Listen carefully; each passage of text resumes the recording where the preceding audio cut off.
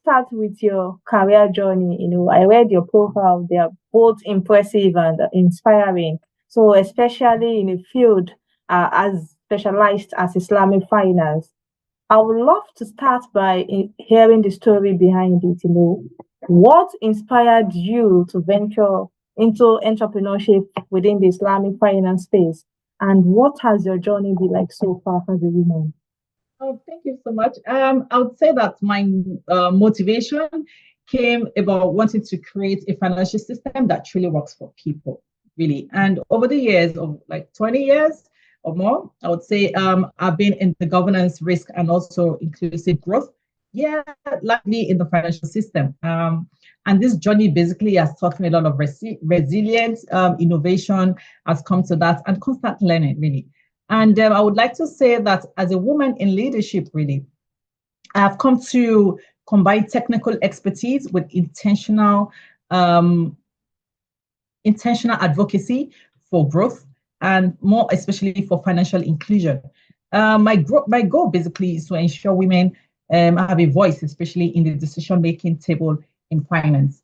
You would agree with me that women were very central to economic and community transformation, and we're resilient in nature and very collaborative. So for me, it's about supporting women and also seeing how well we can grow within the system, how well we can remain accountable, how well we can give back.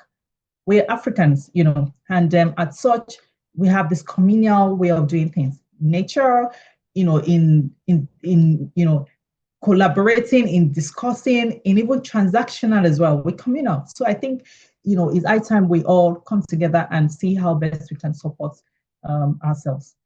That's inspiring, and it shows how passion can open doors and create opportunity for others. Thank you for sharing that with us, Dr. Sherifat. We know women entrepreneurs in Nigeria are incredibly resourceful, but still face numerous challenges in accessing finance, markets, and networks, hindering the growth and scalability of their businesses. Let's look at how Islamic finance principles can be effectively used to support and scale women-led businesses in Nigeria and across Africa. I would say most talking about Islamic finance principles, we know those principles are built on risk sharing, on fairness, and also non-exploitative principles.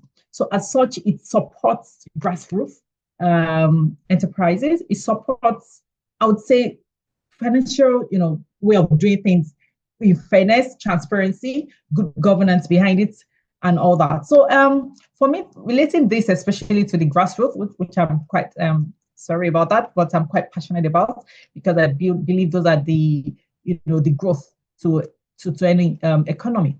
I would say that's why at the point we created a model called the Atunda.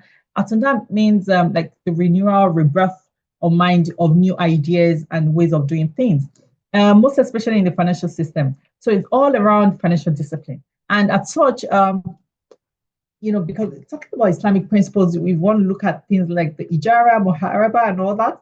It's also a way of unholding an enterprise and a way of unholding a young entrepreneur. And as such, you would say that's the principle that is going to work for us. That is something that is here to stay, and we're all going to embrace it because that's what drives a lot of economy out there as well. So for me, I think it's a noble principle, and as such, it's also going to elevate the young entrepreneurs, irrespective of the models that is going to be applied.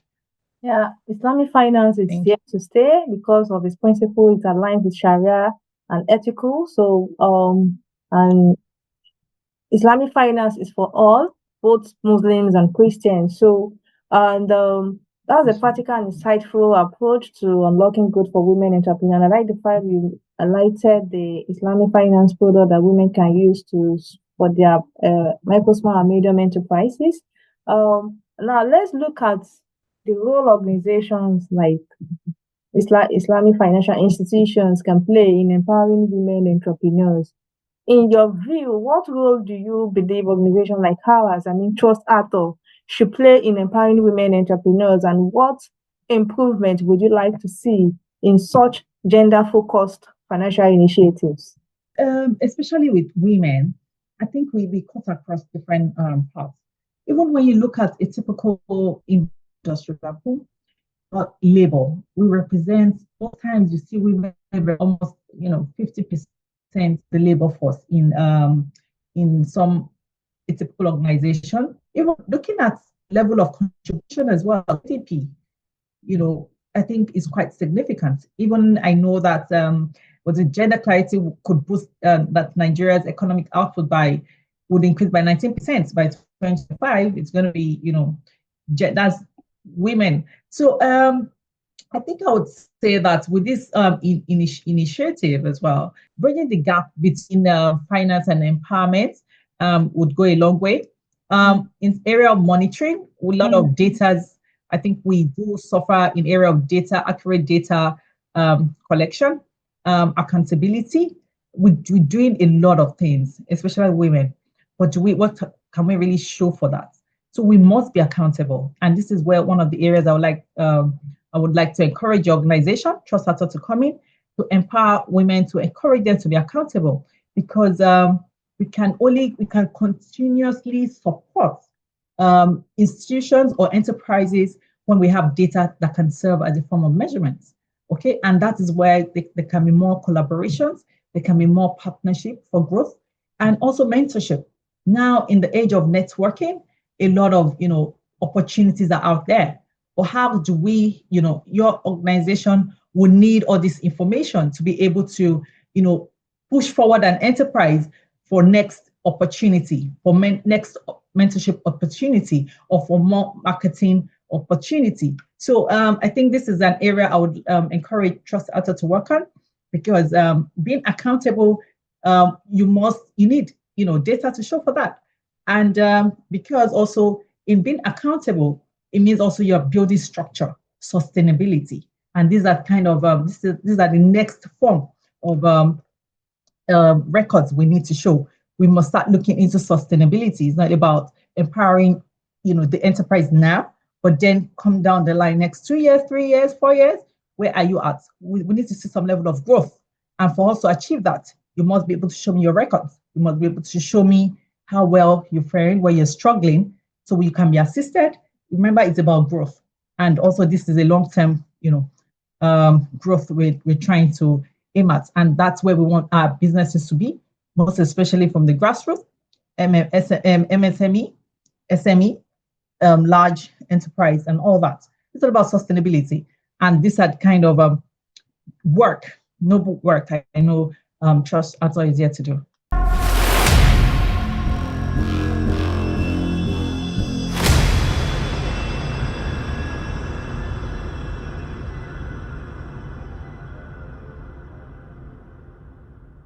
Definitely, Dr. Sherifat, accountability and sustainability, they are key.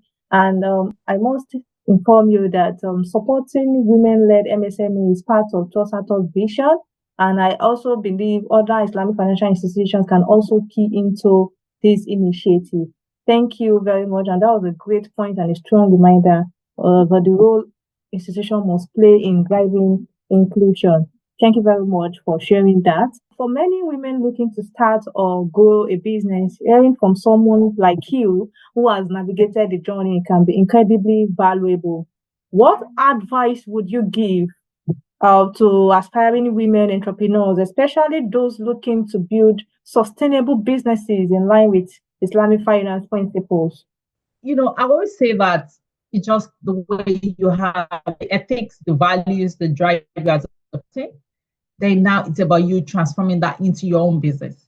Your enterprise or your business should be also mirror who you are, like your identity, your brand identity. So what are those values you want to align, into your business? So honesty, fairness, financial discipline, social responsibility. You must first of all define the values, your business values. Do you understand?